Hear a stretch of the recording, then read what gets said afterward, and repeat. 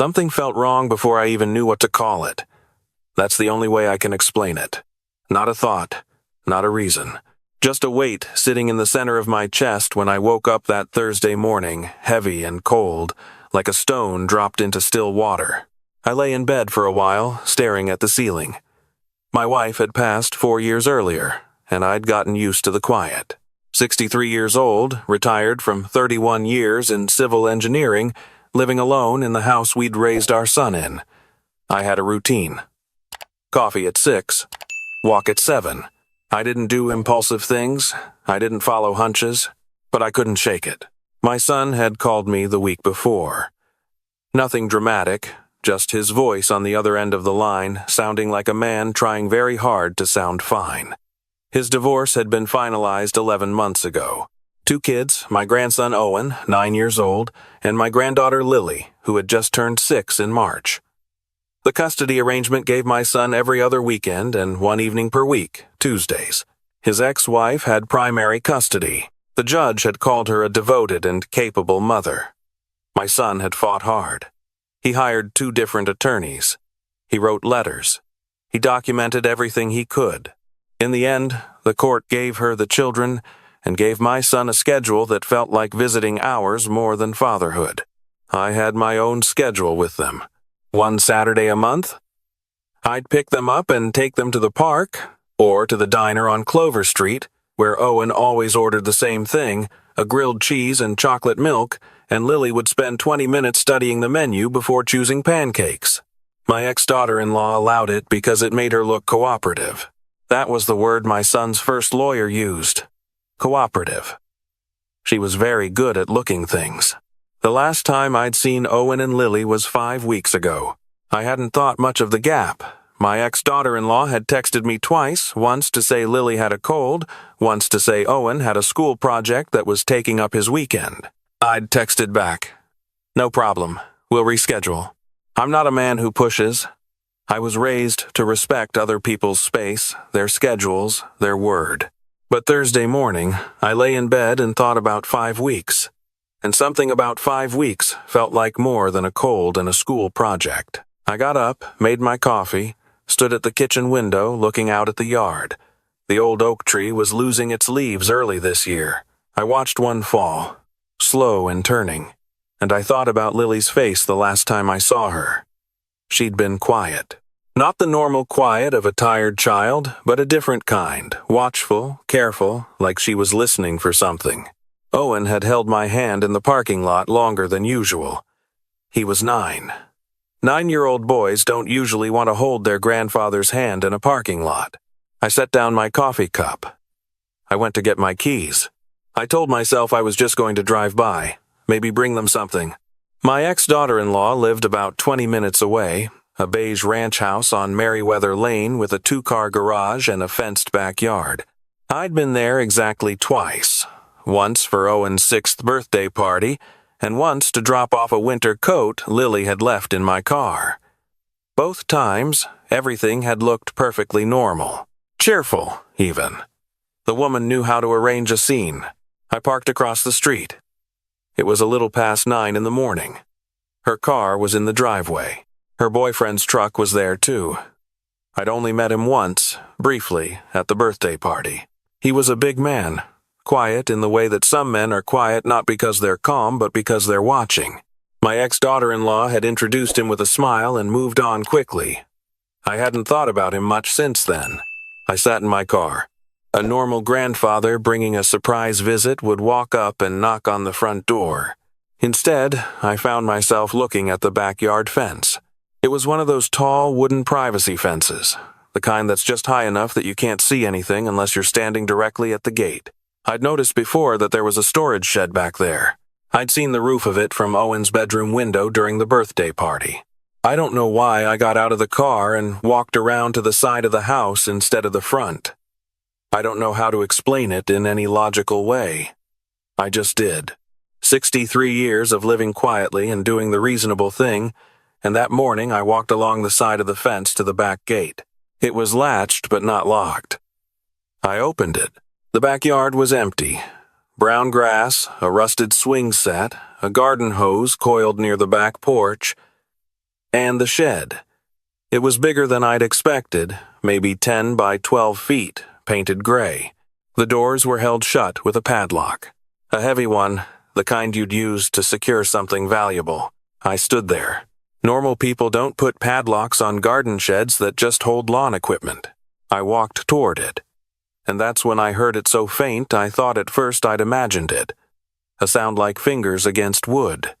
Slow, rhythmic, not panicked, just constant. Like something that had been going on so long it no longer had any urgency left in it. I pressed my ear against the shed door. "Owen." I said it barely above a whisper. The tapping stopped. Silence. And then, "Grandpa?" His voice was so small, so careful, like he was afraid that saying my name too loud would make me disappear. "Owen, it's me. I'm here." I looked at the padlock. Heavy steel, no chance of breaking it. "Can you tell me where the key is, buddy?" A pause. "She keeps it. Inside."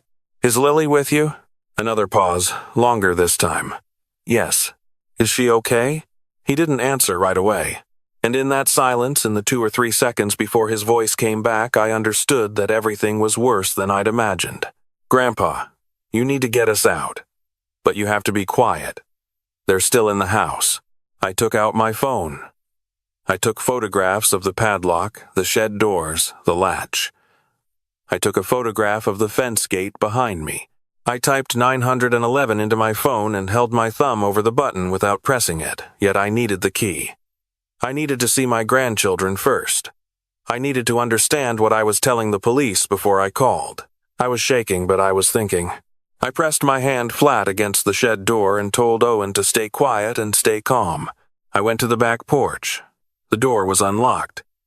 I opened it slowly and stepped into the kitchen. The television was on somewhere in the house, loud. A morning talk show. I could hear voices from the front of the house, my ex-daughter-in-law's laugh, her boyfriend saying something I couldn't make out. They didn't hear me come in. I scanned the kitchen. Hook by the back door with keys. Car keys. A keychain with a miniature lighthouse. And behind it, hung on the same hook like an afterthought, a small, single key on a wire ring. I took it. I went back outside, back to the shed. My hands were shaking badly now, and it took me 3 tries to get the key into the padlock. When it opened, the sound of the mechanism releasing was the loudest thing I'd ever heard in my life. I pulled the doors open. Owen was sitting on the floor against the back wall. He was in a t-shirt and sweatpants. His feet were bare. There was a plastic water jug next to him, mostly empty, and a flashlight with dying batteries that threw a weak orange glow across the inside of the shed. His wrists were red and chafed. There had been something around them, rope or zip ties, recently removed, from the marks I could see. He looked at me and his face did something complicated, like relief and terror arriving at the same time, each one canceling out the other. I crossed the shed in 2 steps and got down on my knees and held him. He didn't make a sound. He pressed his face against my shoulder and gripped my jacket with both hands, and I could feel him shaking. "Lily," I said into his hair. "Where is Lily?" He pulled back. He looked at me with eyes that were much older than 9 years old. "She's in the chest," he said. He pointed to the back corner of the shed. It was a large, wooden storage chest, the kind people use for pool toys or gardening supplies. The lid was secured with a second, smaller padlock, same key, I discovered, same wire ring. I got up. I crossed to the chest. I pressed my hand against the lid. "Lily, sweetheart, it's Grandpa. I'm opening the door, okay? I'm right here." Nothing. My hands were not shaking anymore. Something had gone very quiet inside me, the way things go quiet when the situation has moved past the point where fear is useful. I opened the chest. She was curled on her side, knees drawn up, her dark hair across her face. A stuffed rabbit, gray, worn, the ear half torn off, tucked under her arm. For 1 second that will never leave me for the rest of my life, I thought she wasn't breathing. Then her chest rose, shallow and slow. She was unconscious. Not sleeping. Unconscious. I pressed 911. I didn't think about it. Didn't pause. I pressed the button and I lifted Lily out of that chest and held her against me, and when the dispatcher answered, I told her my name, I told her the address, and I told her I had a 6-year-old who was unresponsive and locked in a shed in the backyard and I needed an ambulance immediately. I told her the back gate was open. Then I sat down on the floor of that shed with Lily in my arms and Owen pressed against my side, and I waited. They were there in 6 minutes. Police first, then the ambulance. I heard the back gate slam open, and then there were officers in the yard and a paramedic kneeling in front of me, taking Lily from my arms with calm, practiced hands. Owen gripped my sleeve and I let him hold on. My ex-daughter-in-law and her boyfriend were taken out through the front of the house. I didn't see it happen. I was in the backyard giving my statement to a female officer who had a small spiral notebook and asked me to go slowly. I went slowly. I told her everything in order, the feeling that morning, the drive over, the sound of tapping, the padlock, the key on the hook, the chest, the second lock. I gave her my photographs. I gave her the key, which I had put carefully in my jacket pocket to preserve it. "Did you touch anything else?" she asked. "Only what I had to," I said. Owen sat beside me on the back porch steps. He hadn't spoken since the ambulance left with Lily. At some point, a second officer had brought him a blanket and he'd wrapped it around his shoulders without saying thank you, which was not like him at all. Owen had always been a polite child, a child who thanked you for things without being reminded. I put my hand on his back. "You don't have to talk yet," I said. "We can just sit." He nodded. Later, much later, after the hospital, after my son arrived and fell apart in a hallway in a way I had never seen him fall apart, after the doctor came out and said Lily was dehydrated and had a mild concussion from what appeared to be a fall that had gone untreated, after a child services worker sat with Owen and asked him careful questions in a room with a drawing of a rainbow on the wall later, Owen told me what had happened in the shed, and I will carry what he said for the rest of my life. They had been put in the shed for the first time 6 weeks ago. He wasn't sure exactly why it started. There had been a broken dish. Lily had knocked a ceramic bowl off the counter by accident, and the response had been the shed. 3 hours that first time. Owen hadn't told his father on his Tuesday visit because he'd been told that if he told, Lily would go in the chest next time instead of the floor. He was 9 years old and he believed it, and he was right to believe it. The dish was the first time.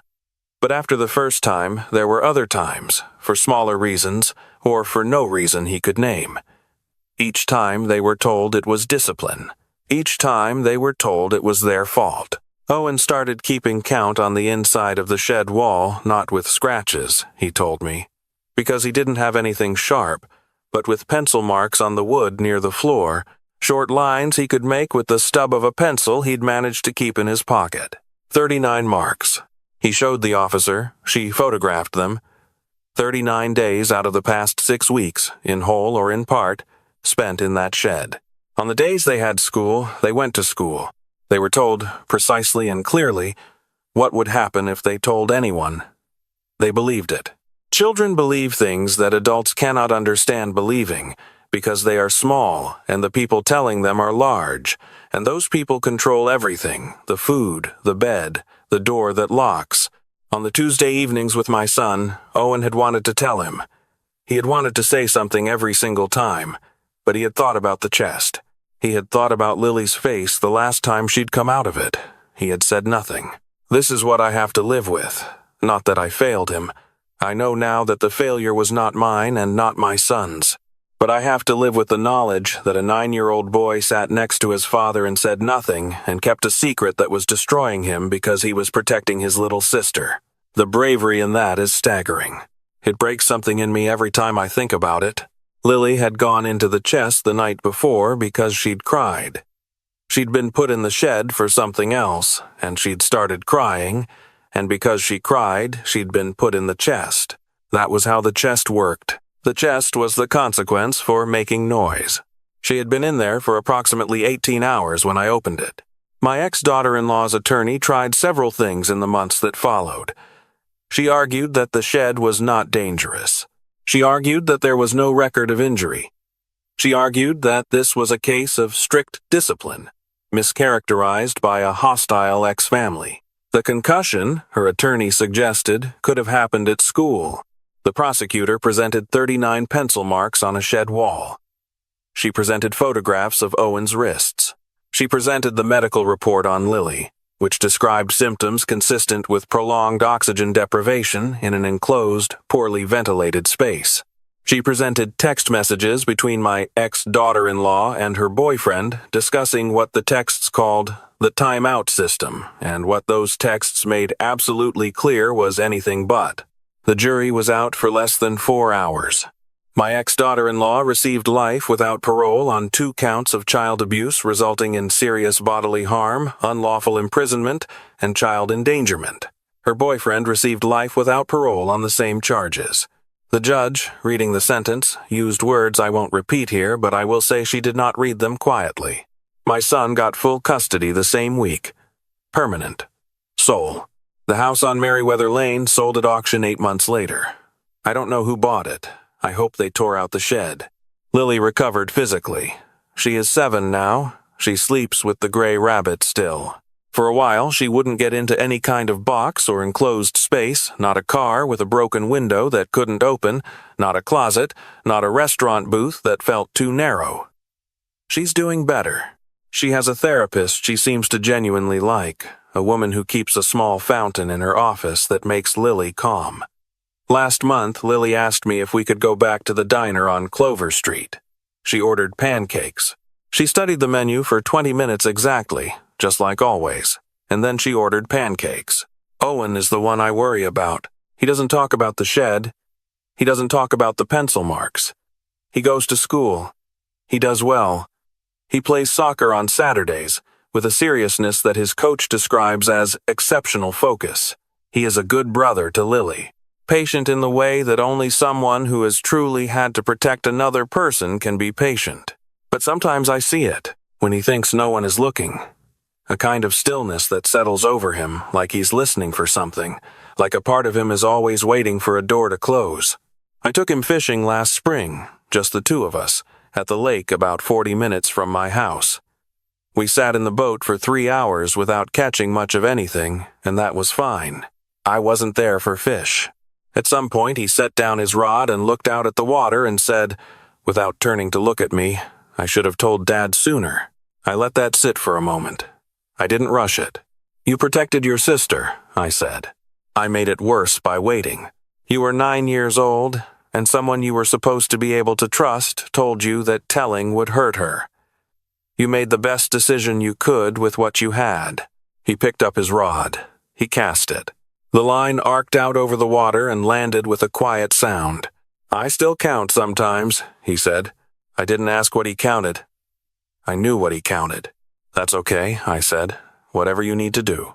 We sat for another hour without talking much. The sun moved.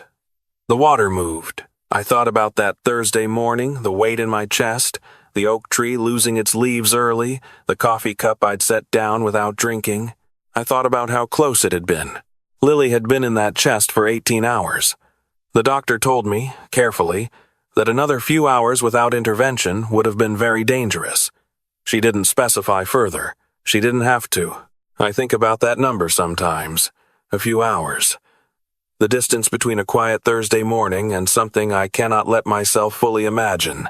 I think about what would have happened if I'd talked myself out of it, if I'd told myself I was being a foolish old man who shouldn't show up uninvited, who should respect the schedule, who should wait for the right weekend and the proper arrangement and the agreed-upon time. I would have waited, and I know what I would have found if I'd waited.